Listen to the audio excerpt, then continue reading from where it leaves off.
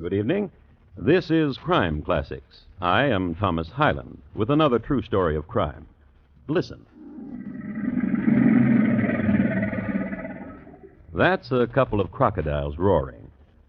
They can do other things. They can snap. They can slither.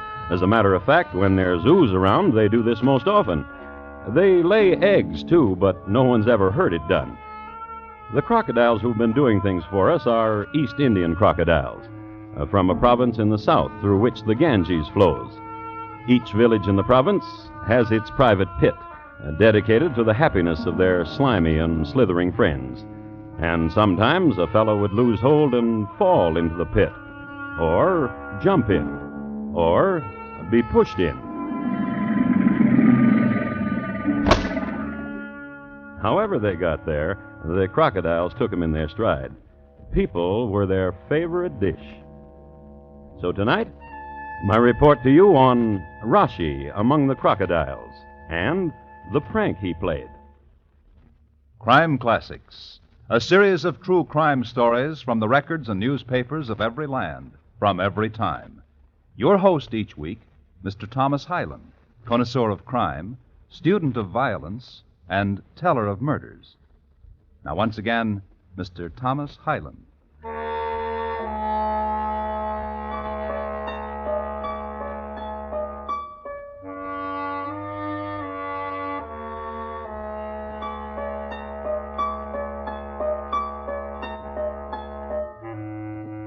Where the Ganges edged the town of Mahadwat, it was not holy.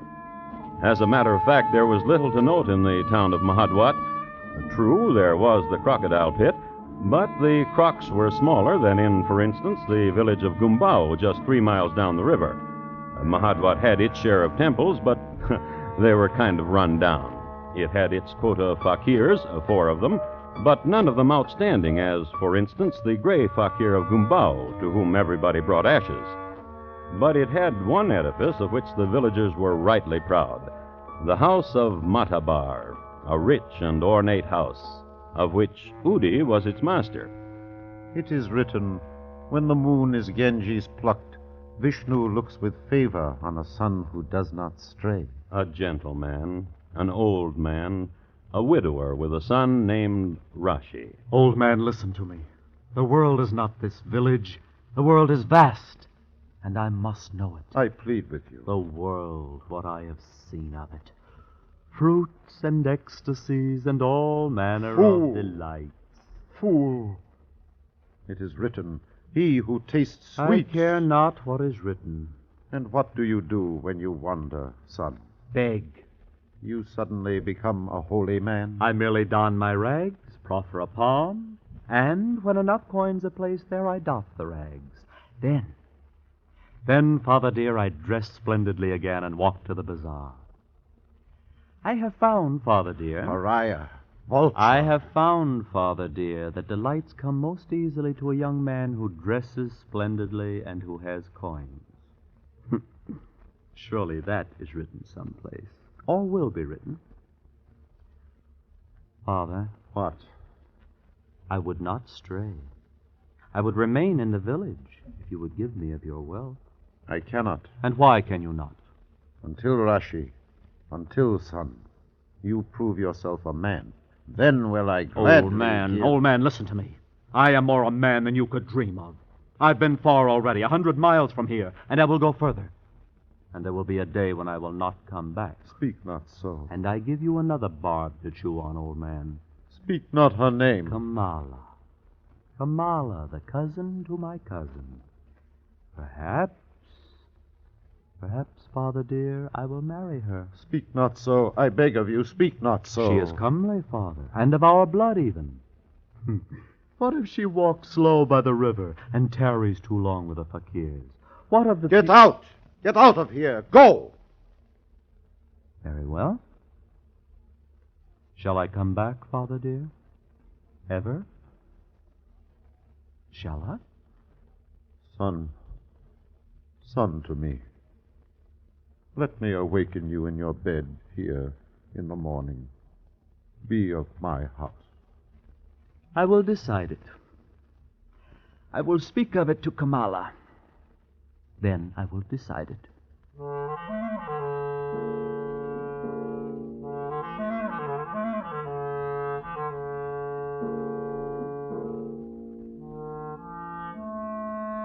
We have gleaned two things about Raschi. He was a gadabout who visited strange cities and begged the price of admission, and he was a bad son. Here's something else about him.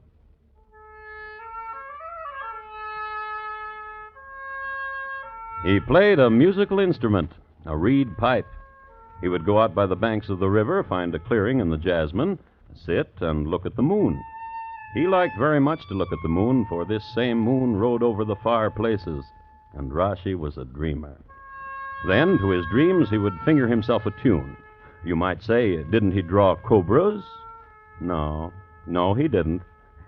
He drew his cousin's cousin, Kamala, who had a weakness for reed pipers, especially her cousin's cousin, Raschi. Blessed evening, Raschi. Of sadness is your song, and longing. Why longing, Raschi? I am here.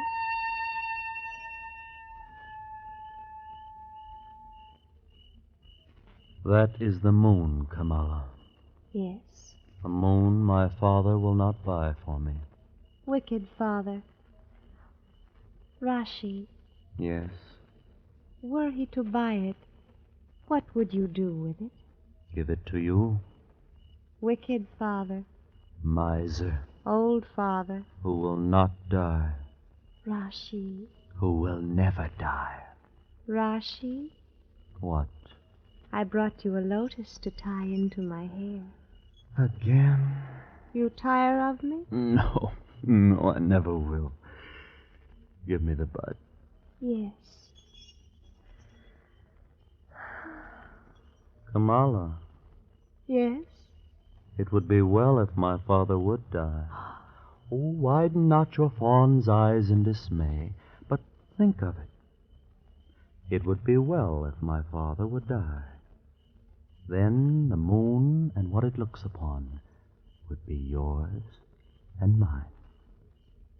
Look you there, where the river bends. Huzur the fakir glows his coals. Huzur the wise. Not so wise. Wiser than you, therefore wise. You would go to him? He has said to me, saying, Kamala, child, in trouble and in question, come to me. Kamala, child, saying he said, My father is a trouble. Huzur the fakir glows his coals. Let us go to him. Yes.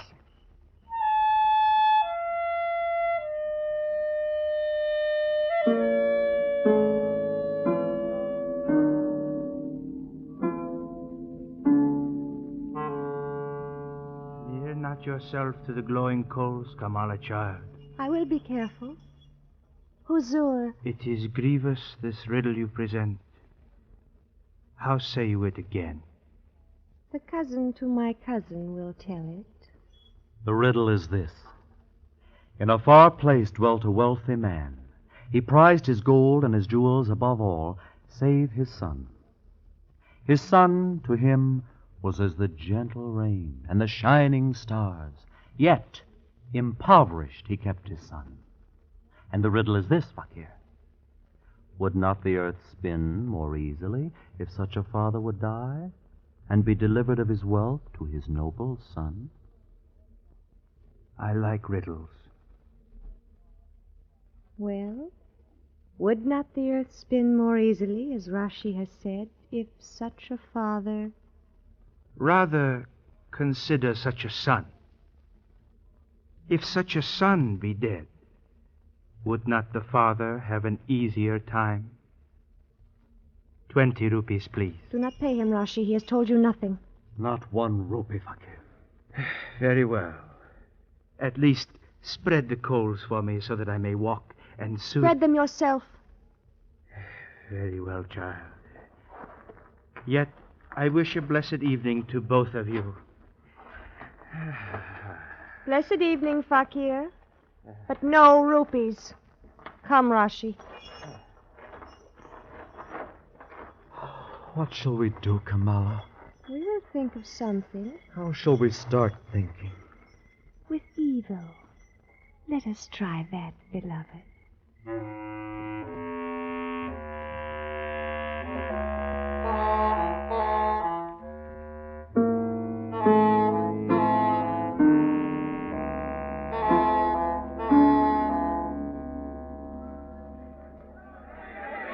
Or enough food to eat. Son, why do you mock me in the public market? And what you say is not so. I am in rags, the son of a rich man in rags, nor is there enough to eat. And villagers, listen. These lies you are saying. Why? Listen all. My father sits among his riches and draws his hands over them and laughs in his beard. Nor does he give charity without expecting return. Lies. It is the truth. And I, his son, must share scraps with his dog. I tell you this, all of you, so if one day I am starved... A curse on my son. Better he should be dead.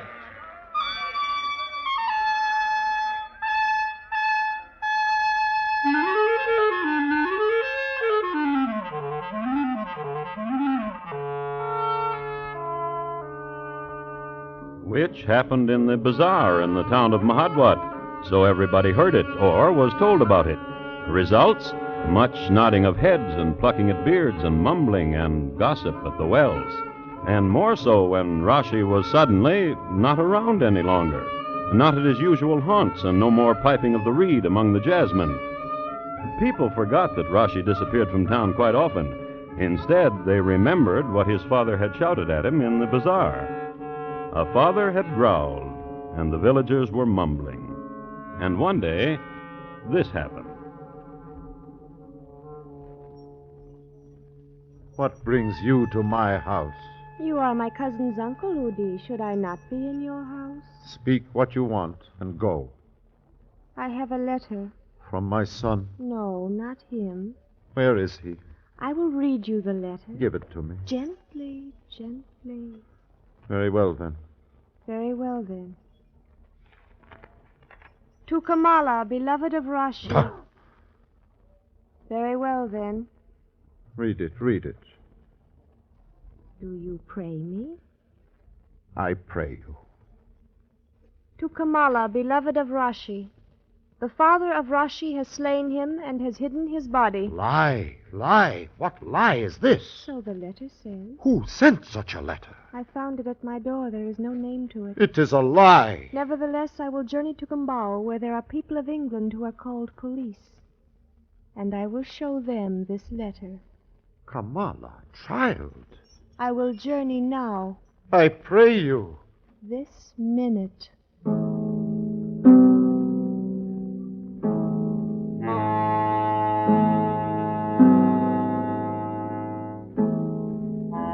And she did. She showed the letter to the police.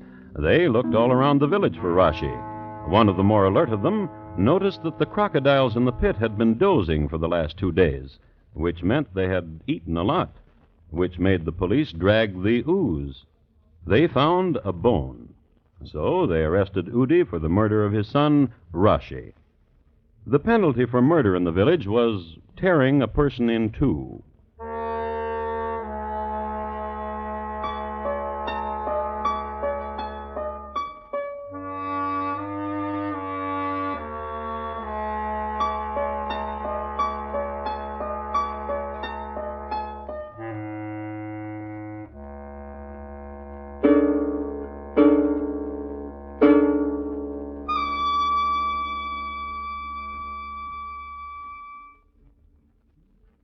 You are listening to Crime Classics and your host, Thomas Hyland.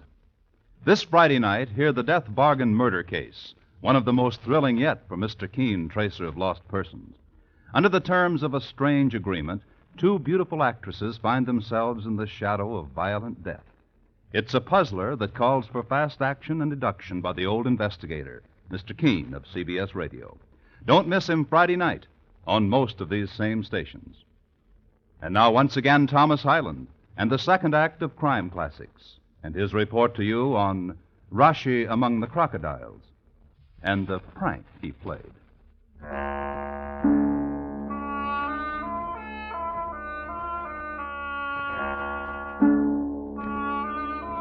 A few words about South Konkan, India, in the summer of 1894.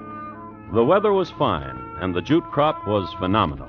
Sir Ramsay Gwendon, better known as Sir Ramsay of the Loom, had just endeared himself to the populace by establishing the first twine and rope factory in the area, utilizing all but a small portion of the available jute.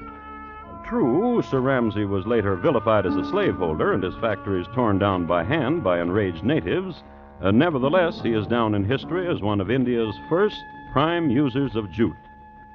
Now, of the town, Mahadwat is, as we know, a rather insignificant part of the province. And in the summer, it is apt to run against the grain, especially the grains of Englishmen who are not much used to the brutal heat and swelter. So it came to pass that the Englishman who happened to be in town at the time, and who was a policeman, is an Englishman who should be admired.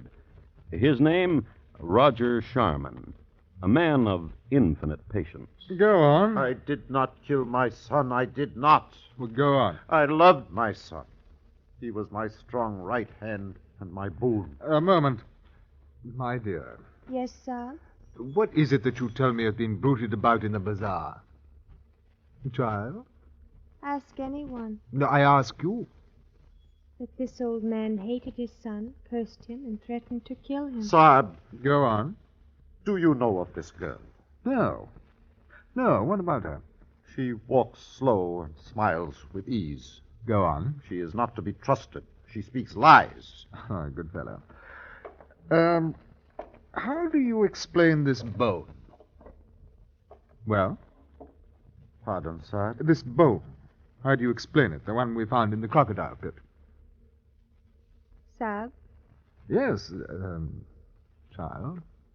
the old man cannot explain the bone, for it is the bone of Raschi, of his shoulder. I swear to you, I would not kill my son. I swear it.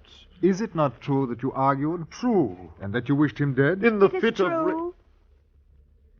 Dear man, I'm afraid you're under arrest. When will you tear him in two? Child. Child, listen to me. Yes? No longer the law of the jungle, but the civilized law. Udi Mataba will be tried, and justice will prevail. Justice will prevail. This means death? If he is guilty. I am not guilty. My dear fellow, you say that so often. What are you trying to hide, dear fellow?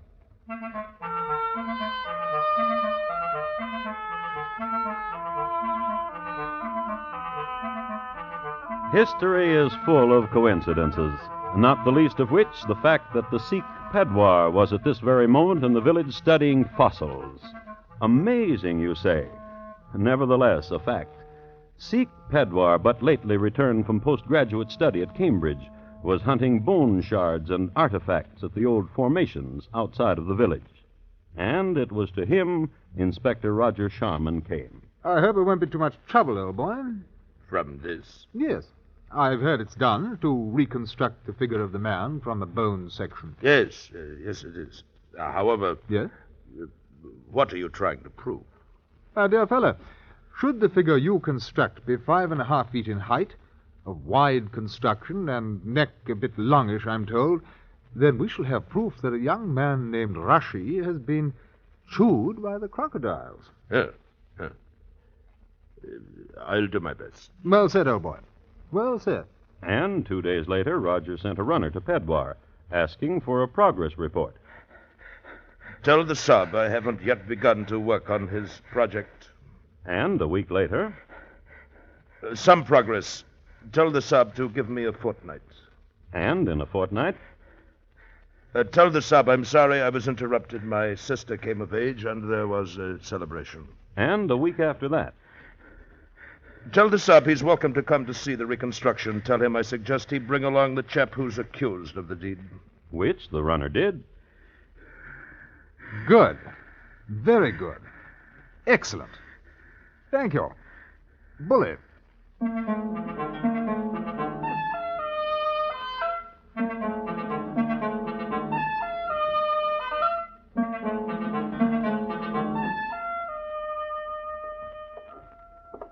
This way, gentlemen. It is not my son. It will not be my son. But if it is my son, I did not do it. I swear it. Well, you keep saying that, old chap. Right in here. Ah, there. I say. It is not my son. It is not Of my... course it is not. It's a water buffalo. Oh, I say. But then a joint of water buffalo was thrown to the crocodiles and not Raschi. I would say so. Then I am free. Hold on, old boy. Only a part of your case against you has been destroyed. Your son is still missing, and we don't know what you've done with him. You're charged, and you must stand trial. It's the law. Come along. Boudoir. Yes. Thank you. Thank you very much.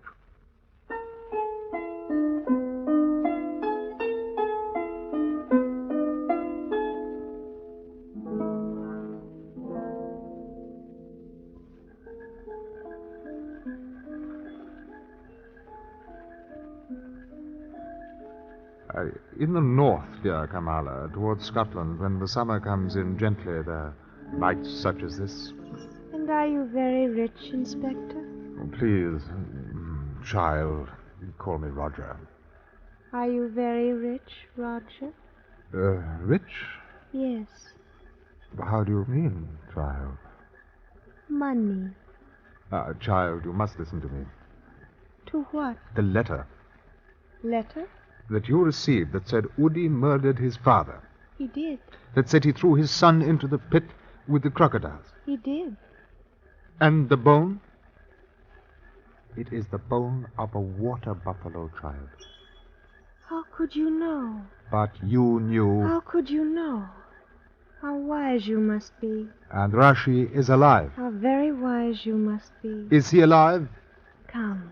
I know a place nearby. Kamala. Come. No. Come. Kamala. Why? Kamala, you cannot let an old man die. If Raschi is alive... If Raschi is alive. If Raschi is alive. Find out if he is alive. Go.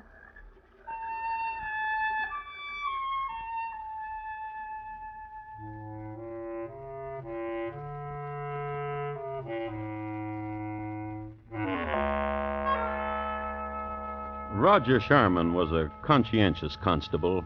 Neither warm summer night, nor scent of lotus, nor closeness of Kamala, who wore a jewel and bells on her ankles, none of these distracting elements could keep him from his appointed tasks. His next move was obvious. Armed with a full description of the lad, he traveled downriver to the town of Gumbao, and there made inquiry. Raschi, of the village Mahadwat. Therefore a stranger to this village. Have you seen him? And the answer was no. About this high, given to wearing beggar's clothes? And the answer was a shrug. So, journey to Maharashtra, and the inquiries. No, and the shrug. And to Pune. Pune of the fabulous temple of Shiva. And there was a beggar in front of it. Of the village Mahadwat, Exactly. and of this height, Precisely. and young, Yes. and nose not too prominent nor yet too small, Yes. and dressed in rags beyond belief, Good. Very good. and his name, Raschi. of the village Mahadwat, Exactly. and of this height. Oh, yes, I understand, old boy. Only sporting. A week ago, Raschi of Mahadwat went to Shadur to the festival of Vishnu.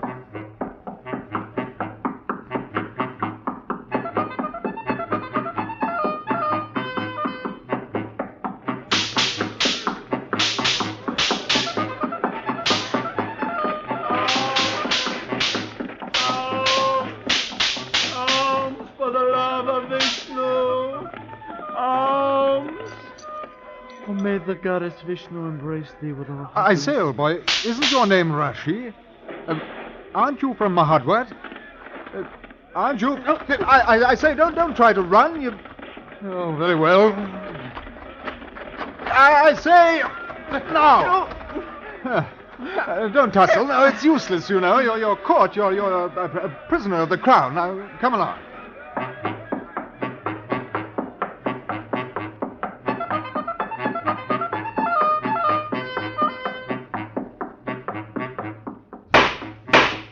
I therefore present to the Crown this thesis, that Udi Matabar strangled his son until he was dead. Then in the still of the night he did... I did not, I swear it.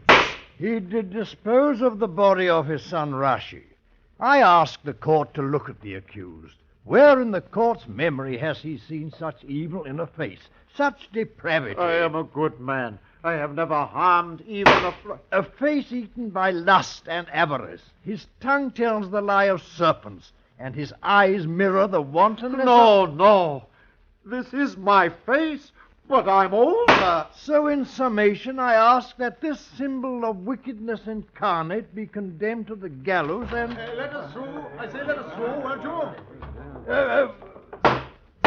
What disturbance? I'm sorry to spoil the show, old boy. What is this? Well, there's been no murder, old boy. This bundle of rags is... Raschi, my son. It is I, Father. Ah, you see? What a show. Raschi. They would hang you. No. I knew you would come back.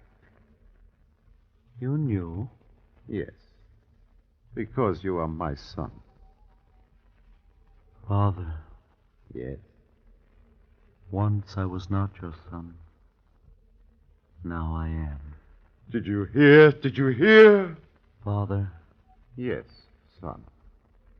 It is written, when the moon is Ganges plucked, Vishnu looks with favor on a son who does not stray. Well said, old boy. Bully.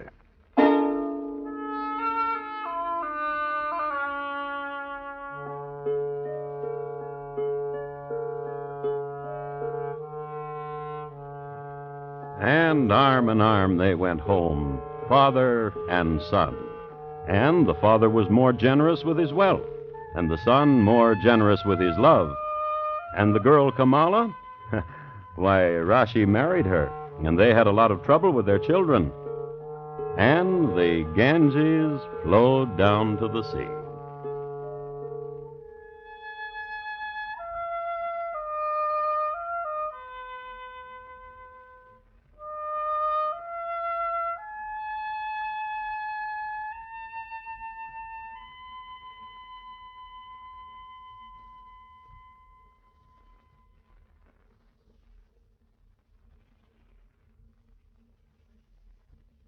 In just a moment, Thomas Hyland will tell you about next week's crime classic.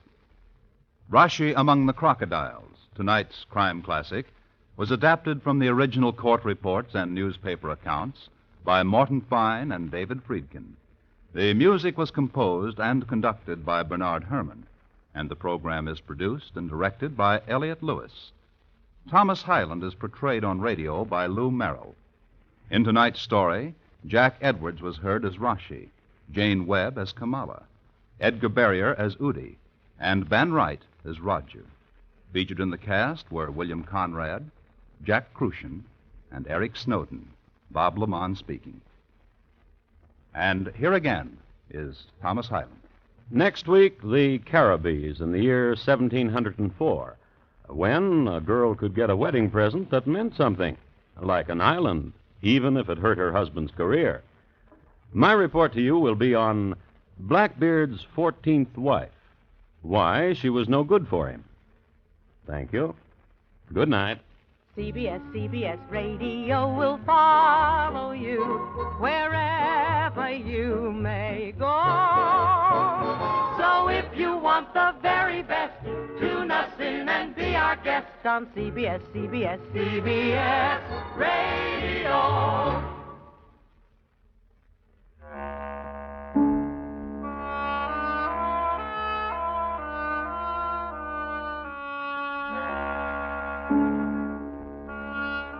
Lionel Barrymore's Radio Hall of Fame is great Sunday night drama on the CBS Radio Network.